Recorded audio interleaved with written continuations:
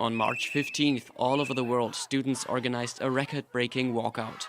Media outlets reported hundreds of thousands of participants worldwide, with some saying there were nearly 1.5 million students in more than 100 countries who participated. It is time for us to stop watching. It is time for us to fight back. We are the generation that will lead international action. Thank you.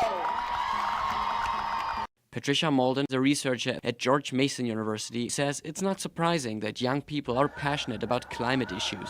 It is something that young people understand better than adults do and grasp it, and they're, I think, overall concerned about their future anyway. But also with social media, it allows that connection between continents. That's our job as the young idealists, which we know that we are. We want to prove that while we are young and we don't have as much experience, it doesn't mean we don't know these things. And we do our research and we care, and that's how we're going to change the world. And since we're the next ones going into the workforce, going into public offices, things like that, it's important for us, and as like the Chan is saying, it's our future. The climate protests are not the first student-led movement. They were heavily inspired by the March for Our Lives, which demanded stricter gun laws after a Parkland, Florida shooting at a high school last year left 17 dead. The Parkland students were incredibly articulate. They organized in a way that was an example, or a reminder perhaps, of how this could work. Will the movement stick in the US as it has in other countries?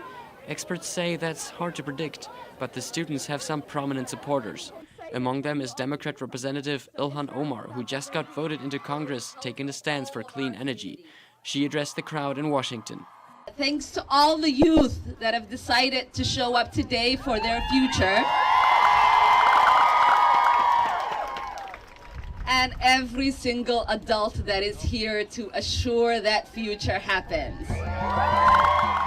Other endorsements came from former presidential candidate Hillary Clinton and Hollywood actor Leonardo DiCaprio, who in return got some shout-outs himself. The question now is whether the students who, for the most part, can't even vote, will end up having a real impact on global politics. Markus Meyer-Gehlen for VOA News, Washington.